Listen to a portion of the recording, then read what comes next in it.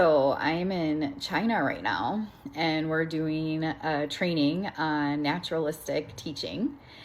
And we've been talking about a couple of things, so I thought I would make a few videos to answer some of the questions that have come up. One of the questions that we talked about yesterday is, what should you do when you have a child who is really obsessively focusing on a certain toy? And of course, I haven't seen this child, so it's a little bit difficult to give input when you're not really seeing the interaction. But we did talk about some things that you might want to consider and some trial and error type things to assess.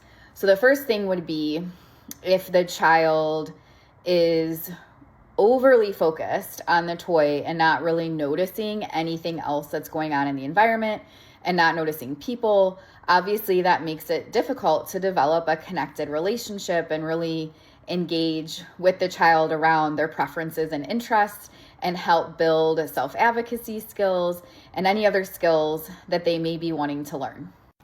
So the first thing we talked about doing is if you can try to figure out how to join in on that activity with the child. So the example we were talking about, there was a toy, it was like a shark toy with teeth, and the child was enjoying pushing the different teeth down and touching the teeth. So the therapist did try touching the teeth as well and interacting with the toy, like copying what the child was doing, and the child didn't like that. So that was not going to work.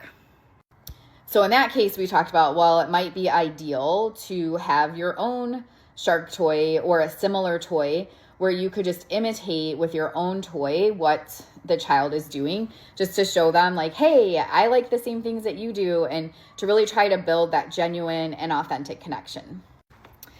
The next question that they asked about this is, well, could we just put the toy away?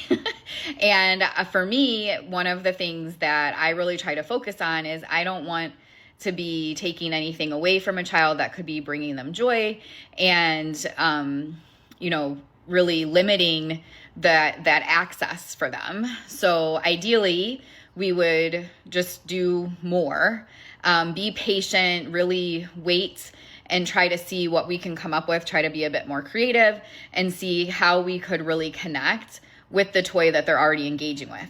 But if our attempts to connect with this particular toy is actually dysregulating for the child or, causing some difficulty. And when you try to shift to something else, if you're like, hey, let's take a break from this toy and try something else, and they're not dysregulated and that goes fine, then it's probably okay to try to transition to something where you could spend more time interacting with one another.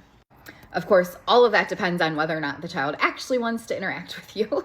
But that's the whole point of like the trial and error and assessing things, just like you would see, especially with little ones, parents doing all the time.